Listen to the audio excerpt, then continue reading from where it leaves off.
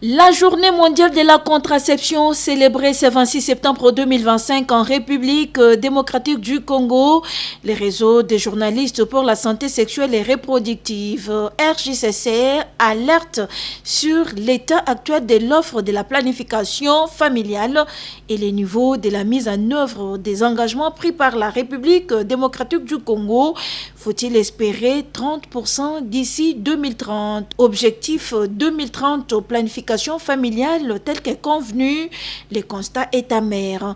Les dernières enquêtes confirment une tendance préoccupante. Le taux de prévalence contraceptive chez les femmes en union est passé de 18% en 2018 à 10,7% en 2024.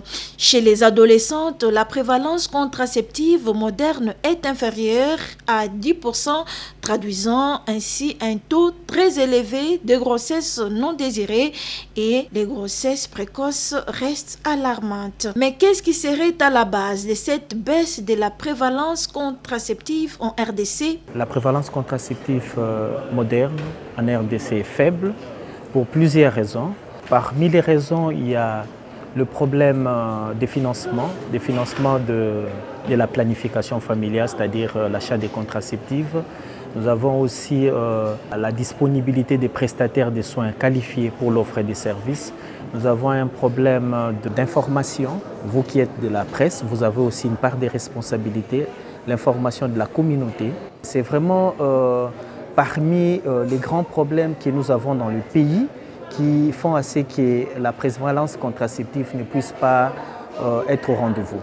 Nous demandons au gouvernement de multiplier encore d'efforts pour que la planification familiale puisse être considérée au premier plan. Il faut également éviter les rumeurs sur l'utilisation des méthodes contraceptives.